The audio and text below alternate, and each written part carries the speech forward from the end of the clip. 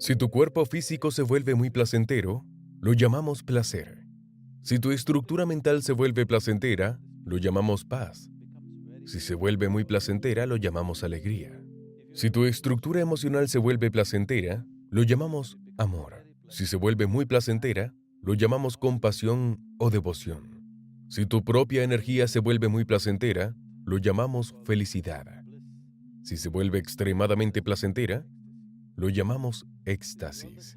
Esto es todo lo que está pasando. Entonces, cuando entro a algún lugar, ciertas personas se emocionan, otras personas se vuelven cariñosas, otro tipo de personas se vuelven conscientes y meditativas, pero así es como actúan. Es la forma de actuar de su dispositivo. Todo lo que yo hago es exudar energía vital, con la máxima intensidad. En el espacio en el que estás en este momento determinado, cuando estás con las personas, ¿cómo es esa exudación? ¿Sale automáticamente o la fuerzas de alguna manera? Cierta cantidad sucede sin intención debido a la naturaleza de quien eres. Pero cuando estás en determinadas situaciones, es intencional, porque la gente acude a ti simplemente porque puede beneficiarse de ti. Entonces, si no ofreces un beneficio, no ayudará a sus necesidades. Bien, respecto al gesto que acabas de hacer, cuéntame algo más sobre ello, porque todo el mundo hace esto, cualquiera que venga hace esto. Cuéntame sobre este gesto. ¿Es un gesto más receptivo o simplemente es una cuestión cultural? Verás, hay muchos aspectos sobre ello.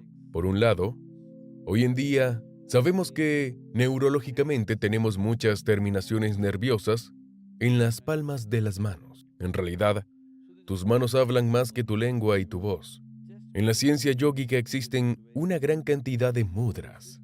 Con simplemente colocar la mano de cierta manera, puedes hacer que todo tu sistema funcione de diferentes formas. Creo que hemos hecho el experimento contigo, sosteniéndolo de esta manera, sosteniéndolo de esta otra.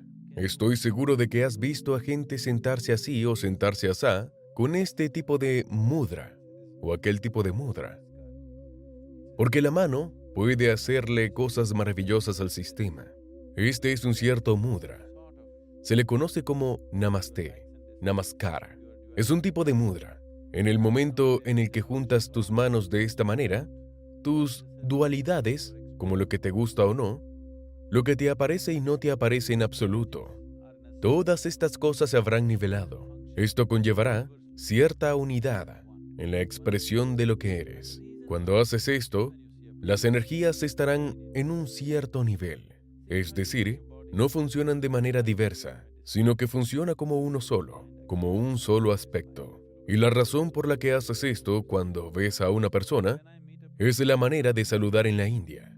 Es porque, verás, si miro a tu cuerpo, podrás gustarme o no gustarme. Si miro a tu mente, podrás gustarme o no gustarme. Si miro a tu estructura emocional, podrás gustarme o no gustarme. Entonces, cuando conozco a una persona, no quiero enredarme con eso, con mis gustos y aversiones. No quiero enredarme con ese ser. La única intención al conocer a un ser humano es saber si él te puede mejorar tu vida, o tú puedes mejorar la suya, o si ambos podemos mejorar nuestras vidas. De lo contrario, es preferible que no se conozcan. Les irá mejor solos, ¿no es así? Sí. Por lo tanto, si puedes mejorar la vida de otro ser humano o beneficiar a otros seres humanos con tu vida, valdrá la pena conocerse. De lo contrario, es mejor que las personas estén solas y no coincidan. Así es como son las estructuras espirituales. Tú eres una zeta. No quieres conocer a nadie porque estás involucrado en cierto tipo de cosas. Si sientes que puedes beneficiarte estando con alguien, o que ellos pueden beneficiarse estando contigo, lo permites. De lo contrario, ni te molestas. No tienes una necesidad compulsiva de compañía. Solo aquellas personas que se sientan terriblemente solas o solitarias, cuando están solos, sienten una necesidad compulsiva de compañía. Entonces, si te sientes solo, cuando estás solo, significa que estás en mala compañía. ¿No es así? Sí. Si no disfrutas de la compañía de esta persona, obviamente estás en mala compañía, por lo que buscas una compañía mejor. Sadhguru, en términos del amor que más conocemos, del que más hablamos y sobre el que más libros se han escrito, sobre lo que más se discute en este mundo, es sobre las relaciones. Entonces, cojamos de ejemplo una relación que esté causando más angustia que cualquier otra cosa, la historia del amor entre un hombre y una mujer. Háblame sobre la naturaleza de esto, sobre por qué causa tanta angustia y sobre si existe una potencial dimensión espiritual de la naturaleza del amor entre un hombre y una mujer. Háblame de lo femenino y de lo masculino, del hombre y la mujer. ¿Hay algo que podamos encontrar en un matrimonio que lo lleve más allá de las tensiones y preocupaciones cotidianas? No existe eso del amor entre un hombre y una mujer, del amor entre un hombre y su madre, del amor entre un hombre y su hijo o hija. No existe tal cosa. El amor es solo una cierta dulzura de emoción. La única pregunta es cómo llegas a eso, ¿verdad? El método. Ahora estábamos hablando sobre cómo. Cuando ves a una persona, su cuerpo, su mente, su emoción, esto o aquello, tiende a gustarte o disgustarte y terminas enredado en todas estas cosas. Realmente lo primero, cuando conoces a una persona, es identificar su naturaleza última. Hay una fuente de creación dentro de ella. Por ello, fue creada. Entonces debes inclinarte primeramente hacia la fuente misma de la creación dentro de ella. Tratarás de establecer una relación con ello porque esa es tu aspiración contigo mismo. Repetidamente te preguntas, ¿quién soy yo? Por ello estás tratando de encontrar esa respuesta en todas partes. Lo primero es ver si esa experiencia está ahí o no. Así estarás cultivando la dirección hacia ella. Cuando te veo, podía decir hola, pero lo primero que hago es esto, porque me dirijo a la fuente de la creación que hay en ti. Después, puede que interactuemos en distintos niveles. Puede que nos guste el intelecto de la persona, por lo que hablaremos con ella. Puede que nos guste la emoción de esa persona, por lo que la abrazaremos. Si es un gusto por lo físico, tomará una dirección diferente, lo que sea. Entonces, todo este tema del amor entre el hombre y la mujer es una historia de amor compulsiva. La naturaleza te empuja hacia los demás porque a la naturaleza solo le interesa una cosa, que es perpetuarse a sí misma. Si de alguna manera no uniera a un hombre o una mujer, tú y yo no estaríamos aquí. Entonces, si se aman o no, no es la cuestión. Tienen que unirse de alguna manera. De lo contrario, tú y yo no hubiéramos nacido. Esta es una necesidad compulsiva. Esta necesidad está uniendo a las personas para experimentar algún sentido de unidad. Es una historia de amor respaldada químicamente por la naturaleza. El resto de las aventuras amorosas no están respaldadas químicamente por la naturaleza. Es solo tuyo, pero esta es una historia de amor respaldada químicamente por la naturaleza. Desafortunadamente, en la mayoría de este tipo de aventuras amorosas, una vez que se acaba la química, se preguntan por qué diablos están juntos. Lo que debe suceder antes de que se acabe la química es establecer un nivel diferente de conciencia en esta relación amorosa, que esté más allá de la química. Si esto no sucede, se pone feo. Entonces, ¿qué se supone que es esta historia de amor consciente? Hablemos de ello y vayamos más allá. ¿Existe una dimensión espiritual potencial en esto? No digo que tenga que haber esa potencialidad, pero cuando suponemos que cuando los químicos ya no reaccionan, ¿qué es lo que funciona? ¿Qué es lo que la hace funcionar? Hablemos de la química del cuerpo, ¿vale? La química corporal juega con ciertas cosas según sus necesidades.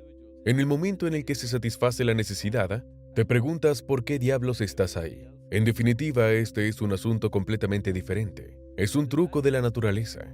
Cuando tenías 10 o 11 años de edad, el mundo estaba bien como estaba. De repente tus hormonas secuestran tu inteligencia y el mundo entero parece diferente, sin previo aviso. Lo único que ha pasado es que tu inteligencia ha sido secuestrada por las hormonas. La química te ha secuestrado. Pero que muy pocos individuos tienen la conciencia necesaria para mirar más allá de eso en la vida. Todos los demás quedan inundados por este proceso. Para cuando se recuperen, generalmente es demasiado tarde, aunque no necesariamente. Entonces, ¿está bien? ¿Está mal? No hay nada malo ni bueno en ello.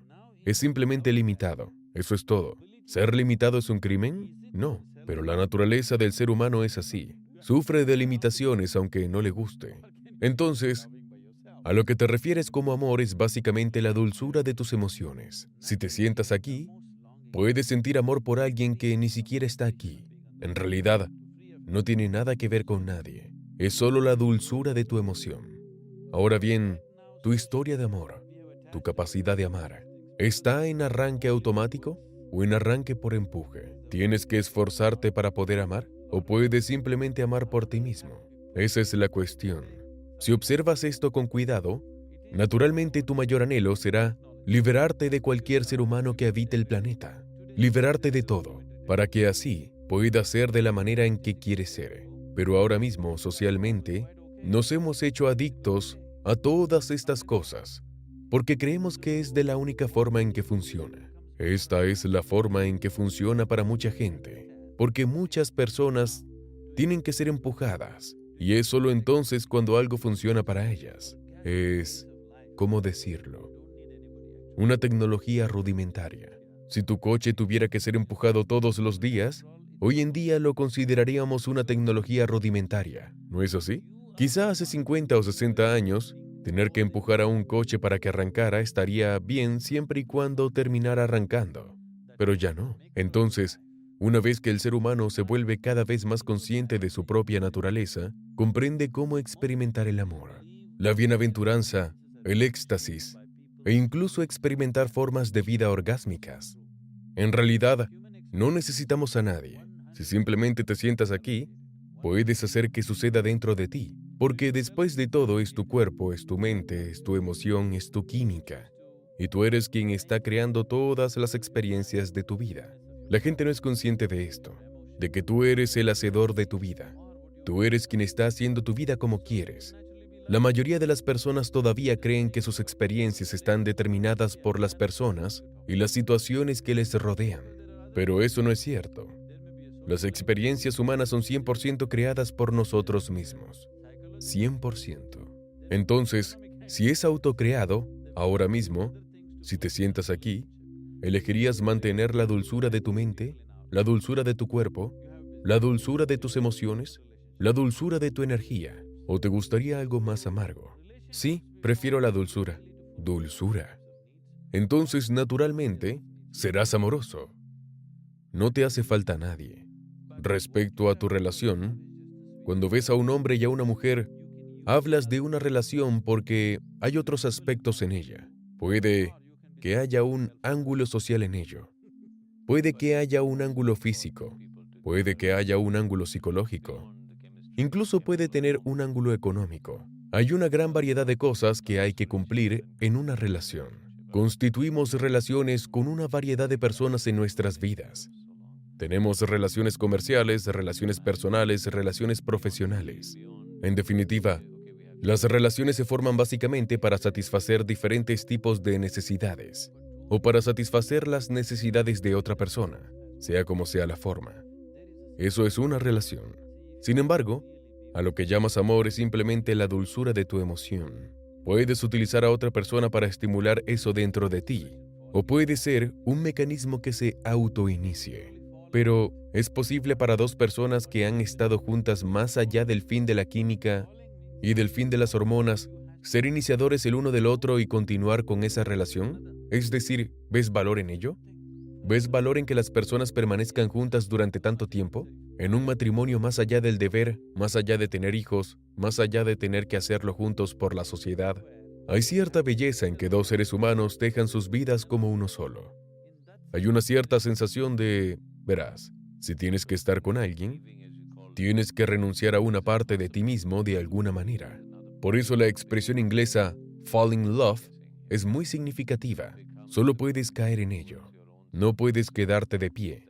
No puedes subirte en él. Tienes que caer en ello. Caer significa que una parte de ti tiene que irse para acomodar a otra, lo cual es bueno para un ser humano que no piensa demasiado en sí mismo. Quien piensa demasiado en sí mismo no puede estar en una relación amorosa. En algún momento tienes que entregar una parte de ti mismo para poder estar en una historia de amor. En ese sentido, es algo muy hermoso. Pero es posible que esto de lo que estamos hablando, que estar con otra persona se convierta, solo estoy conjeturizando, en el conducto hacia tu propia autorrealización. ¿Es esa una posibilidad? ¿Podría ser la base de la relación? Definitivamente es una posibilidad, pero es una posibilidad arriesgada. ¿Está bien? Lo entiendo, de acuerdo. Es posible que simplemente te enredes y te pierdas de las tantas complejidades de una relación en lugar de encontrar la naturaleza última. No digo que no sea posible, es muy posible. Por eso en la India, cuando casamos a la gente, les atamos con lo que hoy se denomina Mangal Sutra. Es solo un hilo ritual, pero no fue así como empezó originalmente. Hay una manera de coger el hilo de energía, tuyo y de tu pareja, y de atarlo de cierta manera para que más allá de tu lógica, más allá de tu comprensión, más allá de tus necesidades psicológicas, emocionales y físicas, en algún lugar profundo de tu interior, dos seres estén unidos, dos vidas estén unidas. Por eso mucha gente no puede entender cómo esas dos personas están juntas, porque no parecen tener nada en común entre ellas, pero aún así son como uno, porque en otro nivel están atados. Esto puede suceder debido a la proximidad física y a la intimidad de toda la relación. Pero incluso antes de empezar, tenemos toda una tecnología sobre cómo unir dos vidas. Por eso siempre dijimos que esto es algo para toda la vida y que no puedes romperlo. Si lo rompes, corres el riesgo de destrozar dos vidas, porque no fue simplemente un acuerdo, sino una especie de unión. Si escuchas todos los mantras cantados en las bodas, siempre hablan de esto, de cómo estos dos seres se están soldando. De todos modos, tú vienes de Bollywood. Hubo un tiempo, 25 o 30 años, cuando cada canción se hablaba Janam, Janam, Janam. Ahora hablan de la fecha de caducidad. Por lo tanto, todo el contexto de las relaciones ha cambiado. Lo que creo que es triste porque la profundidad de estar con otro ser se ha perdido con todo esto, en nombre de la libertad, en nombre de la elección. En realidad, te estás volviendo terriblemente compulsivo. Se trata de ti mismo. Cuando todo se trata de ti mismo, no conocerás la belleza de la vida. Tengo una última pregunta porque sé que si no la gente empezará a decirme, ¿por qué no le preguntaste sobre el estrés? En realidad, yo no sé lo que es. No puedo definir el estrés. Hay muchas preguntas que la gente me hace y más desde que saben que iba a entrevistarte. Por otro lado, sé que somos adictos a ciertos términos. A lo que quiero llegar es a... ¿Hay alguna definición o algo que podamos asignar a esta idea del estrés? Tengo que contarte esto. La primera vez que fui a Estados Unidos, hace algunos años, donde quiera que fuera, todo el mundo estaba hablando de la gestión del estrés. Realmente no podía llegar a entenderlo. Esto se debe a que, en mi entendimiento, gestionamos las cosas que valoramos, ¿de acuerdo? Nuestro negocio, nuestra familia, nuestro dinero, nuestra salud, nuestros hijos. Gestionamos todas estas cosas porque son cosas que consideramos importantes. ¿Por qué alguien querría gestionar el estrés? No podía llegar a entenderlo. Cuando todo este mundo repetía eso de gestionar el estrés, yo decía, ¿por qué gestionarlo? Me llevó un tiempo comprender que esta gente había concluido que el estrés era parte de la vida. El estrés no forma parte de tu vida. El estrés es simplemente tu inhabilidad para gestionar tu propio sistema. El estrés no se debe a la naturaleza de tu trabajo. El primer ministro se queja del estrés y también tenemos el presidente quejándose del estrés. Entre medias, el resto del mundo dice que su trabajo es estresante. Incluso los que no tienen trabajo también lo hacen. No tienen nada que hacer, pero aún así se quejan del estrés. Entonces, ¿estás sufriendo por el trabajo? Si te despidieras, ¿serías feliz? No. No. Entonces el estrés no tiene nada que ver con el trabajo, obviamente. Es simplemente porque no sabes cómo gestionar tu cuerpo, cómo gestionar tu mente, cómo gestionar tus emociones, tus energías, tu química. No sabes cómo gestionar nada. Estás funcionando por accidente, por lo que todo será estresante. Es como si te montaras en tu coche sin un volante. Es como si te montaras en tu coche y girases para un lado, pero se fuera para el opuesto. Estarías estresado, ¿no es así? Ahora mismo es como si estuvieras conduciendo un mecanismo sin entender nada sobre él. Y estuvieras casi por casualidad transitando esto que es la vida. Estarías estresado. El estrés no tiene nada que ver con la naturaleza de la actividad que estás llevando a cabo. Tampoco tiene que ver con las situaciones de vida. El estrés simplemente surge porque no sabes cómo gestionar tu propio sistema. Aunque algo sea estresante para ti, otra persona puede pasar por ello sin problema. ¿No es así? Cierto. El estrés no tiene que ver con la situación. Es simplemente la incapacidad de gestionar la situación interior, no la situación exterior. Esencialmente, la calidad de nuestras vidas cambia y se transforma. No porque hayamos cambiado el contenido de nuestra vida, sino porque hayamos cambiado el contexto de la misma. Que alguien esté viviendo una vida maravillosa no significa que esté haciendo algo diferente cuando se levanta. También va al baño, también se lava los dientes, hace las mismas cosas. Pero de alguna manera su vida es mágica y preciosa debido al contexto. Esto puede haberle pasado a la gente cuando se ha enamorado de alguien. Estaban haciendo lo mismo cuando de repente se enamoraron de alguien. Y ahora todo es diferente. Porque el contexto de su vida ha cambiado. Pero cuando esa situación termina, de nuevo el contexto de su vida cambia y se sienten miserables. Entonces, respecto a lo que cambia el contexto, es algo que es voluntario. Es decir, es algo que puedes hacer cuando quieras. Cambiar el contenido puede que no sea posible cuando quieres. Porque para cambiar el contenido de tu vida, necesitas el permiso de las situaciones en las que existes. ¿No es así? Sí. Pero para cambiar el contexto de tu vida, no necesitas el permiso de nadie. Por todo esto, nada tiene que ver con la situación. Un cierto día, 3 hombres estaban trabajando en el mismo lugar. Otro hombre pasó por allí y les preguntó a esos hombres, ¿qué están haciendo aquí? Uno de ellos miró hacia arriba y dijo, ¿no lo ves? Estoy cortando piedra. ¿Estás ciego? Este hombre se dirigió a otro de los hombres y le preguntó, ¿qué estás haciendo aquí? Ese hombre le miró y le dijo, para llenar mi barriga, vengo aquí y hago lo que me dicen que haga.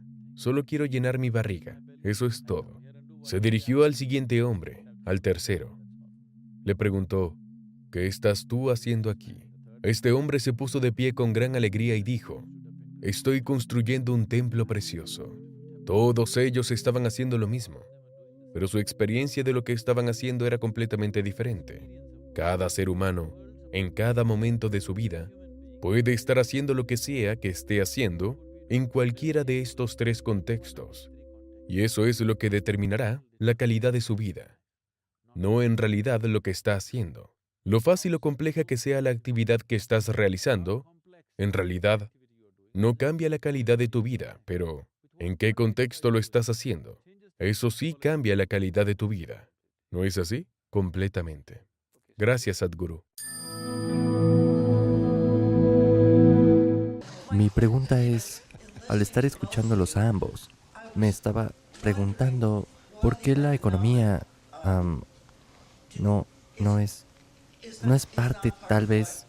Esto es lo que siento. Siento que los niños que tienen riqueza económica y más medios son capaces de hacer los exámenes, son capaces de ir a estas escuelas privadas, son capaces, y creo que esto está cambiando la tendencia de la educación sin duda en nuestro país. Y estoy preocupada por ello. No sé qué es lo que piensan. No hay duda al respecto. Todas las cifras apoyan esa perspectiva, que a los niños de clase media y de entornos más ricos les va mejor en la escuela. Sacan mejores notas en los exámenes. A los niños de entornos empobrecidos les va mucho peor. Las tasas de no graduación son mucho más altas en los entornos empobrecidos, donde hay más personas de las que suele haber. Es cierto, en ciertas comunidades afroamericanas o en ciertas comunidades hispanas. También ocurre que, y aunque sería un error decir, si no te gradúas en el instituto, vas a la cárcel, ya que esto no es cierto, obviamente no. Las personas a menudo tienen vidas maravillosas, sencillamente no terminaron la escuela, lo que es verdad.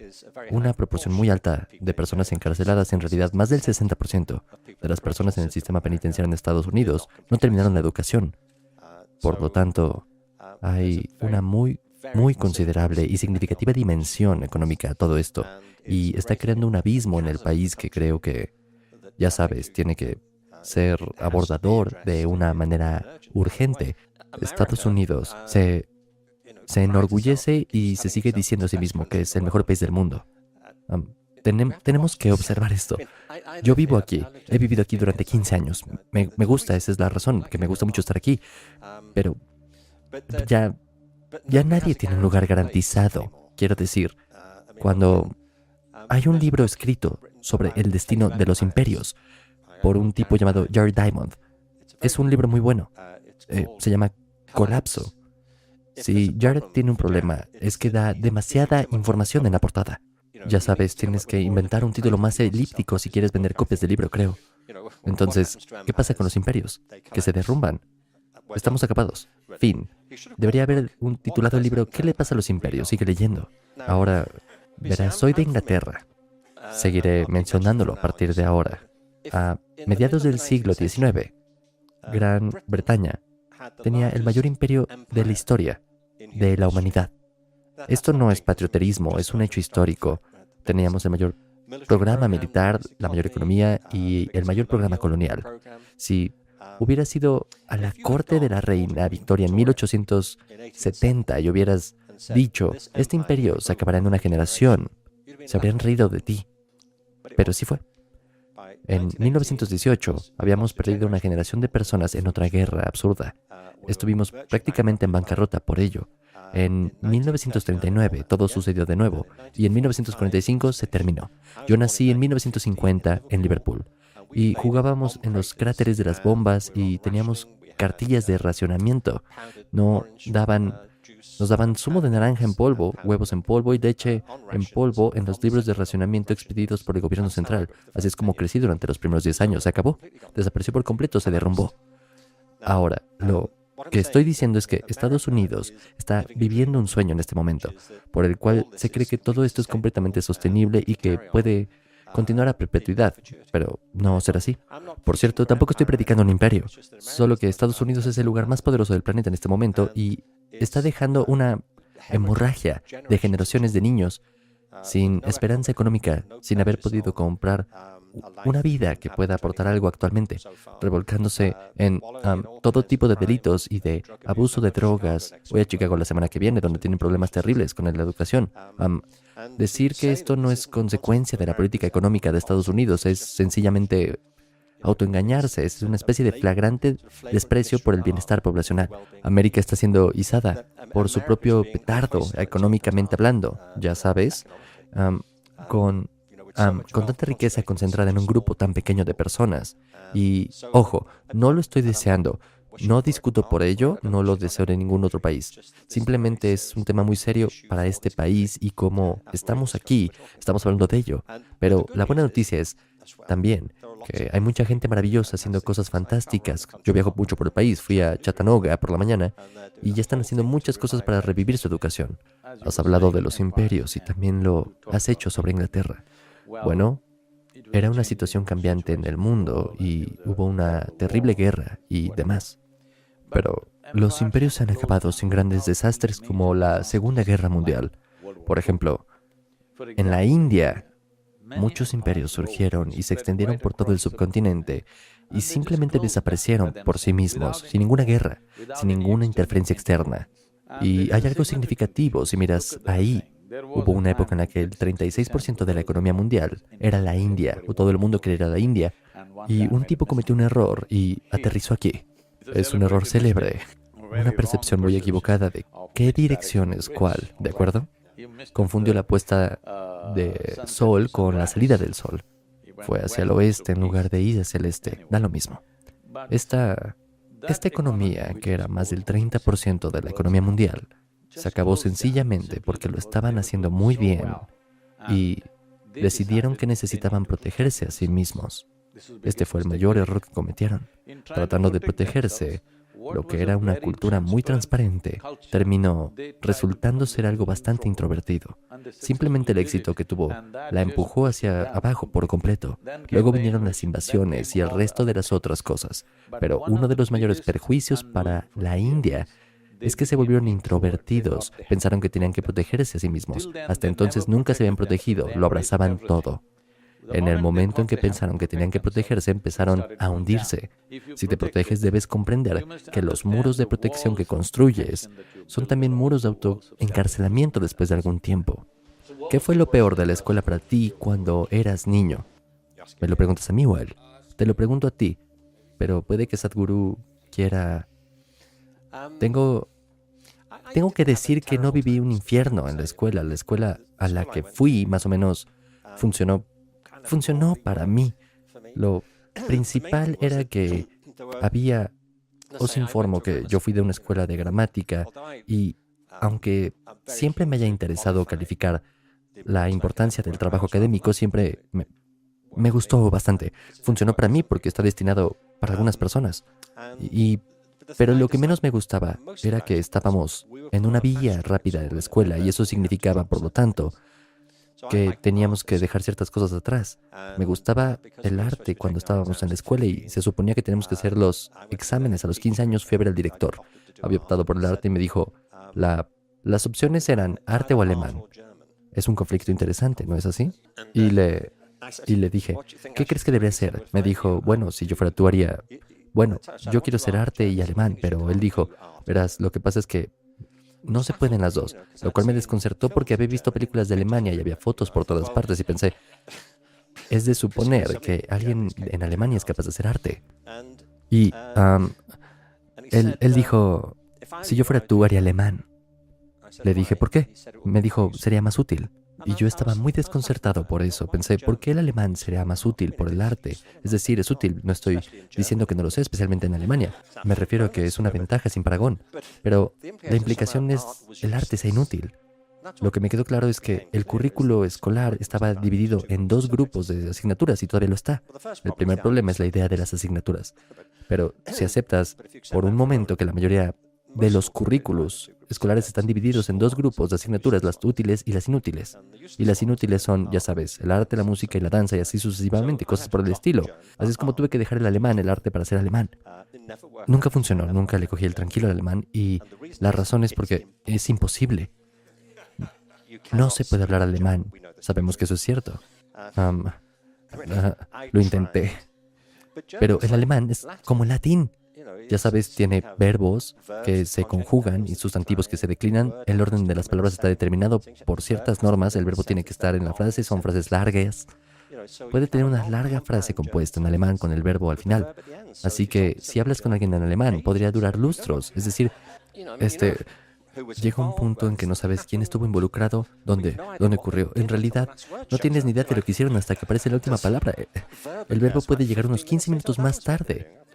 Oh, eso era lo que estaban diciendo. No tenía ni idea. Fui a dar una charla en Viena cuando acabé la universidad. Fui a dar una charla a la conferencia sobre educación y me recogieron en el aeropuerto con un taxi. El tipo me dijo en alemán, ¿de dónde eres? A lo que respondí ayer por la tarde, que ahora sé que es una mezcla de francés y alemán. Y me dijo, ¿eres inglés? Y le dije, sí, pero sé hacer arte. Es curioso porque cuando me llamaron para hablar sobre esto, por adelantado me dijeron, vas a dar esta charla frente a todos estos educadores. ¿Te gustaría dar tu charla en inglés o en alemán? Estaba al teléfono, por lo que actué como si fuera un gran dilema, ¿sabes? Porque de todos modos, en Alemania todos hablan inglés. Esa es la cuestión, todos te hablan en inglés. Así que actué como si fuera una verdadera hecatombe y dije, verás, creo que al final daré esta charla en inglés. Lo que debería haber dicho es que hice mi examen oral de alemán en la escuela y lo suspendí 2 veces. 2 veces. Y la razón es porque es un idioma muy complicado, es como el latín, pero si tienes que hacer una traducción en latín, tienes hasta el martes que viene, además de un lápiz. Mientras que en Alemania esperan una respuesta inmediata. Sí, simplemente no podía seguir el ritmo en absoluto. Así que hice el examen oral de alemán y lo suspendí. El primero porque me pasé todo el examen de pie al no haber entendido bien la instrucción de sentarme. El destino me dio la razón. Entonces, cuando me llamaron por teléfono y me dijeron, ¿quieres dar esta charla en inglés o en alemán? Les dije, veréis, creo que la daré en inglés. Me preguntaron por qué. Les dije, bueno, hay varias razones. Una es que será más larga, más de 3 minutos, que es mi rango de conversación en alemán actualmente. En segundo lugar, tratará de temas más complicados que mis cosas favoritas. Es a lo que me limito en gran medida. Y en tercer lugar, el público no tendrá que levantarse y sentarse, porque sigo enfadado por ello. Estábamos hablando de las opciones. Tuve que dejar una cosa para hacer algo que no quería hacer. Nunca hicimos música en la escuela, porque no se pensaba que fuera relevante para la trayectoria académica. Ese tipo de cosas. Yo no lo hubiera sobreanalizado en exceso, pero fue la falta de estas cosas que en mi propia educación lo que me hizo pensar mucho sobre qué me importaba. De hecho, quería preguntarte, obviamente no me tienes que responder ahora, depende totalmente de ti, pero una de las cosas que he defendido a menudo es que la danza en las escuelas debería ser tan importante como las matemáticas. Para la mayoría de los occidentales, esto suena como una extraña exageración de algo. Pero no lo es. Las personas encarnamos, somos criaturas físicas. He tenido el placer de trabajar con muchas compañías de danza. Soy el patrocinador de la Escuela de Danza Contemporánea de Londres, en la compañía de Margaret Reeves en el Reino Unido. Ver a los bailarines trabajar es una de las cosas más extraordinarias. No simplemente es una actividad física, por supuesto que no. Es una actividad holística y sé que en una de tus escuelas la danza es una parte central. Recuerdo que en una de tus charlas dijiste que equiparabas a la danza con la ciencia. Eso es cierto, no lo estoy asegurando, pero es una ciencia. La naturaleza científica es la danza. La manera en la que percibo el mundo. Bueno, proseguiré con la pregunta que Max hizo. ¿Qué es lo más terrible de la escuela? No lo sé, porque yo no estuve ahí. No lo sufrí. Analiza eso. Entonces, recuerdo muy bien, ya lo he compartido con mucha gente. Me acuerdo muy bien de esta evaluación de la que ella hablaba. Ha habido una gran inversión para la evaluación, unos 16,000 millones para evaluar a los niños. Sin darnos cuenta, los estamos calificando. Y a esta calificación, la vida no la respeta. Únicamente las escuelas y los sistemas educativos la respetan. Al final, a quien le va bien en el mundo, no lo determina cuántas notas sacó en aquel lugar. Pero tienen una ventaja extra por haber sacado muchas notas. Recuerdo estos exámenes mensuales y los boletines de calificaciones mensuales que se entregaban. Veía a algunos niños pavoneándose porque eran los primeros, los segundos o algo así. Otros niños se sentaban y lloraban porque tenían miedo de volver a casa. No sé qué les ponían en sus boletines. En lo que a mí respecta, siempre que me lo daban, lo cogía y se lo daba a mi padre. Él lo abría y resoplaba. Yo no sabía lo que pasaba. Era una comunicación entre mi profesor y mi padre. Ni una sola vez abrí y vi lo que estaba escrito en ello. Porque pensaba que era algo entre ellos dos. Para mí, en realidad, cada hoja de examen siempre la entregaba vacía. No escribía ni una palabra en ella o garabateaba algo. Si insistían, escribía mi nombre. Si no, tampoco lo escribía. Además, cada vez cambiaba la ortografía de mi nombre. Porque los alemanes pronuncian la J como la A o la Y. Y mi nombre empieza por J. Durante algún tiempo lo escribí con Y, a veces lo escribía con W. Probé todos los deletreos posibles. Según la lengua inglesa, un nombre propio se puede deletrear como se quiera. Así que, en cada examen lo deletreaba diferente, como me daba la gana. Así de sencillo. La razón por la que digo esto es... Y cuando llegaba la prueba final, o el examen que me hacía pasar por curso, mi preocupación era que no quería quedarme atrás con los estudiantes menores, quería ir con mis amigos, así que siempre aprobaba ese. Entonces la gente siempre se preguntaba, tienes 6 ceros en cada examen, ¿cómo consigues aprobar este? Escribí mi trabajo solo para puntuar 35, que es una nota de aprobado. Durante toda mi educación, cuando sonaba el timbre, a la media hora, hasta la media hora en la India no puedes levantarte y marcharte. Simplemente esperaba que sonaran los 30 minutos y en el momento en que sonaba el timbre me levantaba y me iba, porque para entonces ya había escrito y calculado para sacar un 37-36. Y así terminaba y me iba. Siempre si miras mis boletines de notas hasta el final, todo es 35, 36, 37, 35, 36, 37, en todas las asignaturas. Los profesores me suplicaban, puede que sepas algo más, por favor, siéntate y escribe. Yo decía, no se trata de eso, tengo 35. Paso al siguiente curso y eso es lo único que me importa. Esa era mi única preocupación, que no quería quedarme atrás con niños más pequeños. Quería moverme con mis amigos. Salvo eso, no me interesaba nada. Esto no significa que no tuviera ningún interés. Prestaba una enorme atención a cada detalle de lo que me rodeaba. Con lo cual, desarrollé un cierto sentido de la geometría, sobre todo. Cuando llegué al 8º curso, mi examen de matemáticas se dividía así. 30 puntos para geometría, 30 puntos para aritmética y el resto para álgebra. Nunca lo entenderé, no entiendo por qué se mezclan las letras y los números. Y así para geometría saqué 30 de 30. Para todo lo demás, en aritmética saqué 5. Eso es todo, y así seguí. Porque mi sentido de la geometría es sobre cómo está todo. Cuando miro el cuerpo, miro la geometría. Es sobre cómo está todo. Cuando miro el cuerpo, miro la geometría, no la complexión o la forma. Miro la geometría de cómo estás sentado. Simplemente con observar cómo estás sentado y de pie te puedo decir en los próximos 10 años qué problemas tendrás con tu cuerpo. Entonces mi sentido de la geometría surgió simplemente prestando una enorme cantidad de atención a cualquier cosa y a todo. Creció hasta tal punto que si encontrabas una hoja, podías sentarme durante 5 o 6 horas seguidas. Esto es algo que creo que tenemos que transmitir a nuestros hijos, la capacidad de prestar atención a algo. Si es importante o no, no es de tu incumbencia. Mi padre, que tuvo un alto nivel académico en su vida y era médico, tenía que ser muy estricto disciplinariamente, lo que por desgracia o por suerte no funcionó conmigo. Todos los días, por la tarde, de 7 a 9, teníamos que leer los libros de texto. Por muy poco interesantes que fueran, no me importaba. Entonces abría el libro así. Encontraba una pequeña mancha en el papel. Y esa mancha me absorbía durante las 2 horas siguientes. Sin leer ni un solo carácter, me sentaba así durante 2 horas. No leía ni una sola letra del libro, pero no estaba mirando de aquí para allá. Estaba completamente con esa pequeña mancha en papel. Lo que estoy diciendo es que este es un gran error que hemos cometido. Como dije antes, hemos establecido fuertes opuestos. Esto es importante y esto no es importante. Creo que si la inteligencia humana se aplica a cada cosa, cada pequeña cosa explotará en un nuevo cosmos por sí misma. Para eso está el ser humano, para mejorar la vida de una manera que ninguna otra criatura puede hacer. Bien, creo que todos podéis oírme. La cuestión es que estamos sentados en el templo del conocimiento y somos los buscadores del mismo. Siempre buscamos el conocimiento.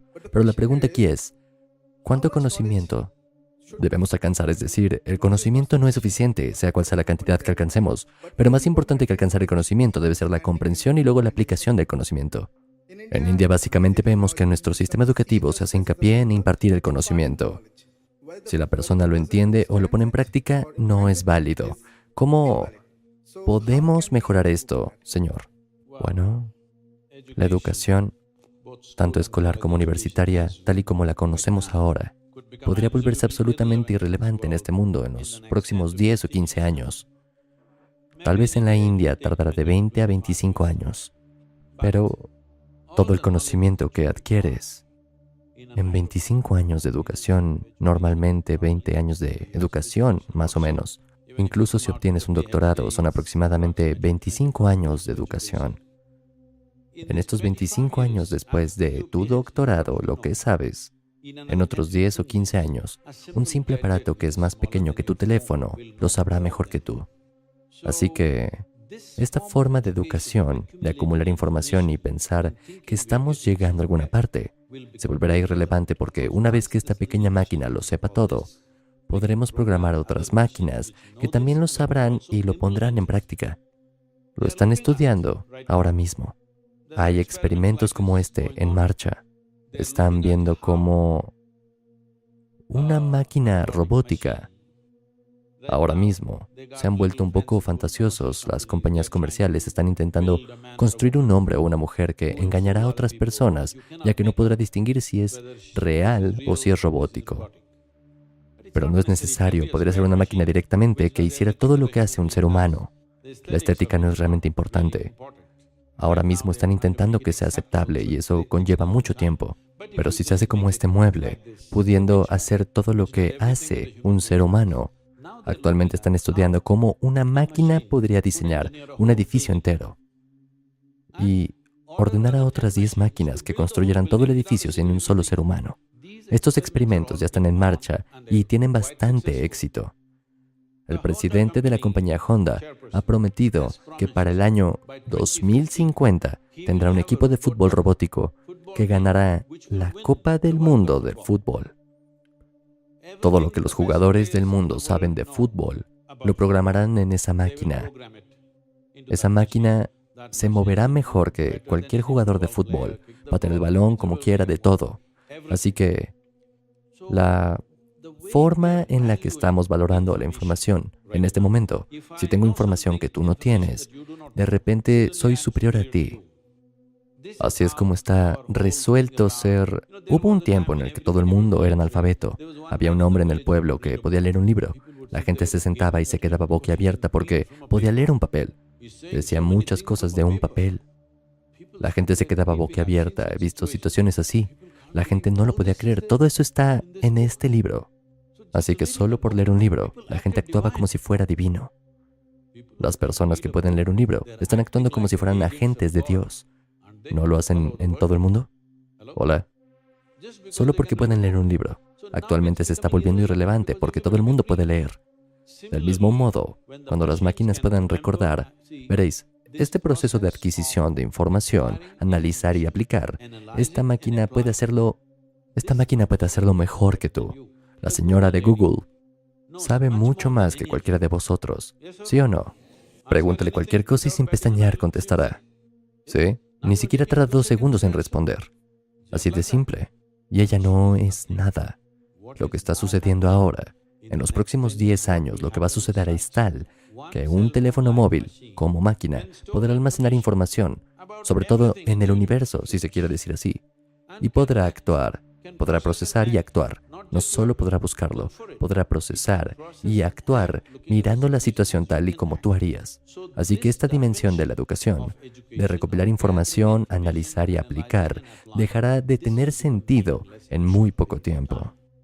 Bueno, es extraño que la gente me haya estado invitando en el último año y medio, 2 años, para hablar en todo tipo de conferencias en inteligencia artificial. Cuando al principio me llamaron, dije, ¿por qué yo? No soy una inteligencia artificial, soy una inteligencia natural.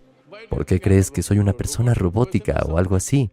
Me dijeron, no, el problema es que perderemos nuestro trabajo. ¿Qué se supone que tenemos que hacer? Yo dije, eso significa que es un día de fiesta. ¿No es fantástico? Hola. La máquina lo hace todo. ¿No es fantástico? Ahora mira atrás y verás. Hace 100 años todo el mundo hacía todo con una pala y un pico. Ahora veo que más máquinas están operando. Actualmente incluso los obreros, si retiras una máquina y dices, usa la pala, dirá, no lo haré, pídele a la máquina que lo haga. ¿Sí o no? El músculo humano, todo lo que el músculo humano de un hombre podría hacer, ahora es irrelevante porque la máquina puede hacer lo que 1000 hombres no podrían. Puede hacerlo sola por sí mismo.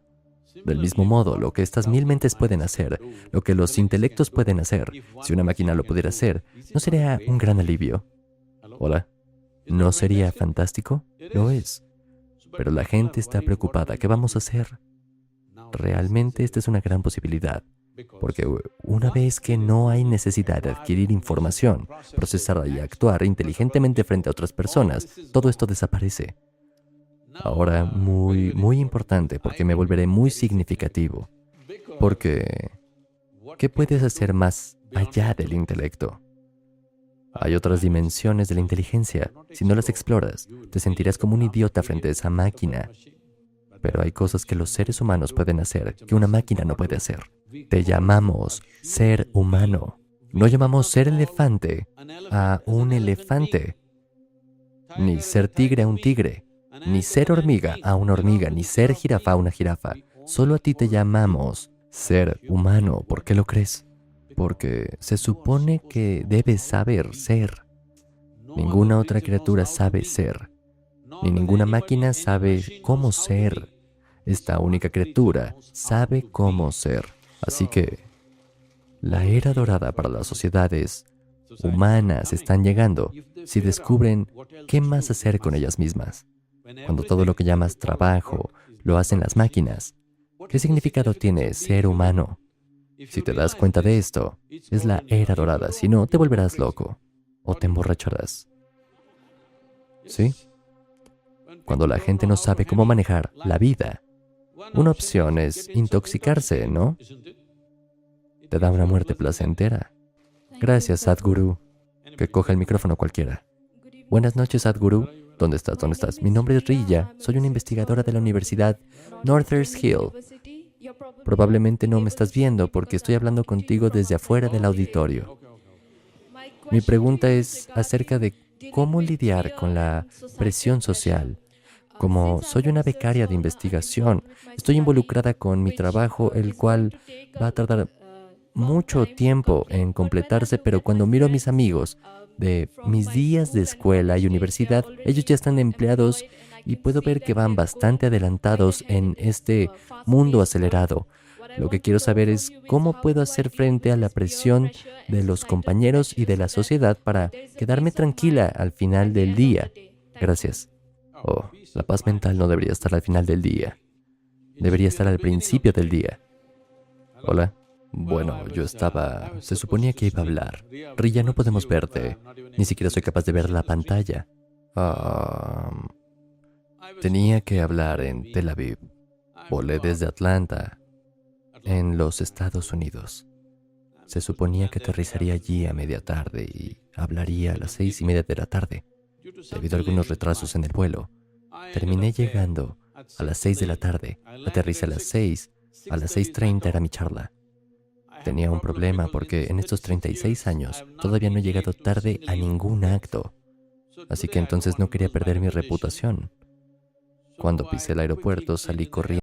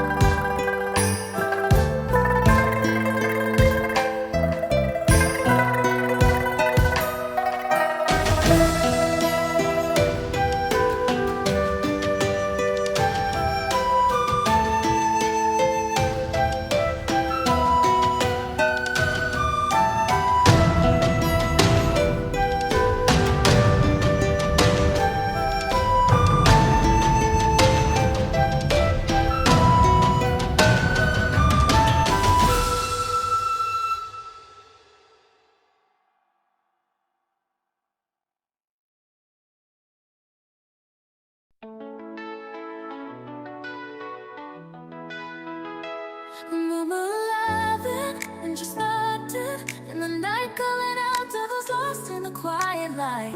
You'll never hold her, but she's always near, dancing softly with no trace of fear.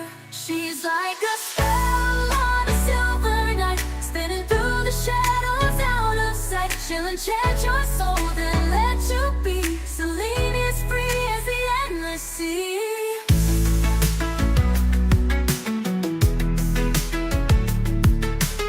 Celine rings like a whisper in the night, calling out to those lost in the quiet light. You'll never hold her, but she's always near, dancing softly with no trace of fear. She's like a spell on a silver night, spinning through the shadows out of sight. She'll enchant your soul, then let you be. Celine is free as the endless sea. She rules the sky when the stars align. Her heart is made of the moon's own shine. And if you love her, don't expect her to stay. She's a dream, always drifting away. She's like a spell on a silver night, spinning through the shadows out of sight. She'll enchant your soul, then let you be. Celine is free as the endless sea. She rules the sky when the stars align. Her heart is made of the moon's own shine. And if you love her, don't expect her to stay. She's a dream, always drifting away. She's like a spell on a silver night, spinning through the shadows out of sight. She'll enchant your soul, then let you be. Celine is free as the endless sea. Would you stay if you knew she'd go? You might love her, but you'll never know. She'll disappear on the wind's sweet side, leaving nothing but a pale distant sky. She's like a spell on a silver night, spinning through the shadows out of sight. She'll enchant your soul, then let you be. Celine is